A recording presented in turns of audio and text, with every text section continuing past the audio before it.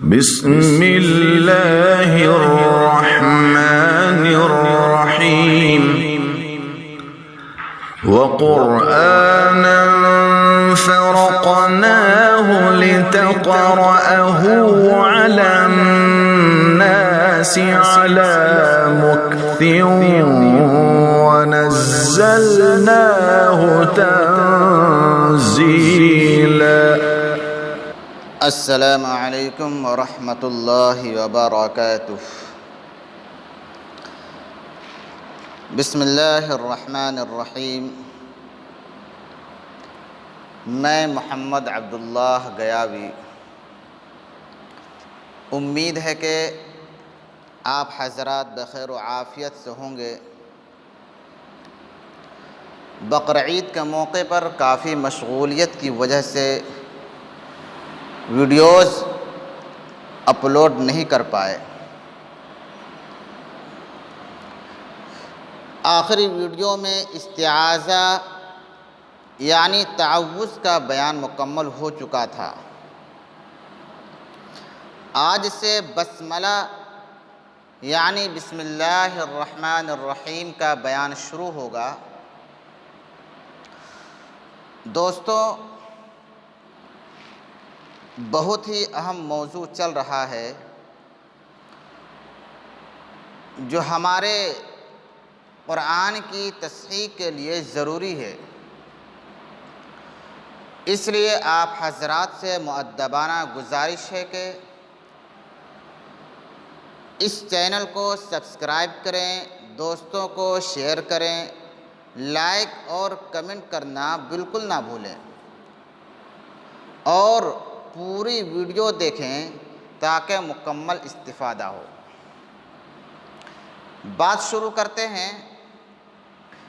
بسملہ بروزن فعللہ جو بسم اللہ الرحمن الرحیم پڑھنے کے معنی میں ہے.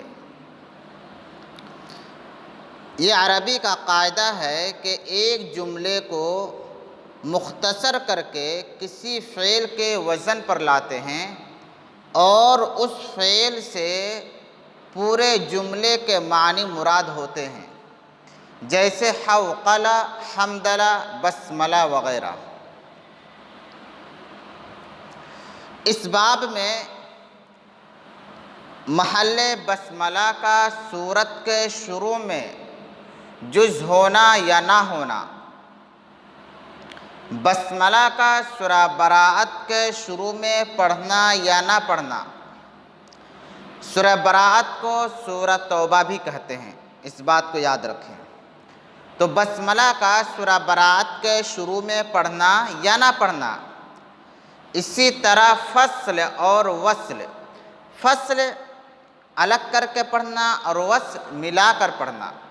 تو اسی طرح فصل اور وصل کے متعلق گفتگو کی جائے گی.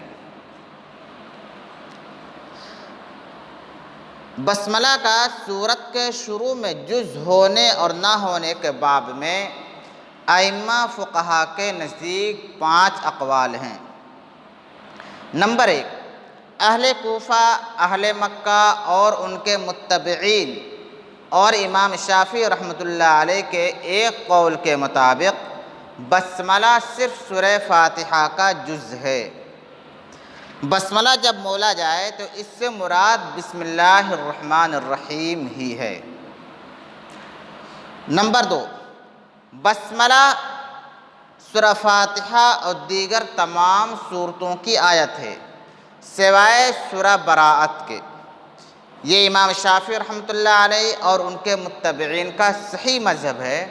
امام ابو حنیفہ رحمۃ اللہ علیہ اور امام احمد بن حنبل رحمۃ اللہ علیہ سے بھی یہی ایک قول منقول ہے. نمبر 3، بسملہ سورہ فاتحہ کی ابتدا آیت ہے اور دیگر سورتوں کی آیت کا ٹکڑا ہے. نمبر 4، ہر سورت کی ابتدا پر بسملہ مستقل آیت ہے لیکن اس سورت کا ابتدائی ٹکڑا نہیں ہے. اس کو سمجھ لیں اور سمجھنے کی کوشش کریں. ہر سورت کا ہر صورت کی ابتدا پر بسملہ مستقل آیت ہے، لیکن اس صورت کا ابتدائی ٹکڑا نہیں ہے۔ یہ امام احمد بن حنبل رحمۃ اللہ علیہ کا مشہور قول ہے۔ ابو داؤد ظاہری اور حنفیہ میں سے مشہور مشائخ ابو الحسن خرقی اس قول کو پسند فرماتے ہیں۔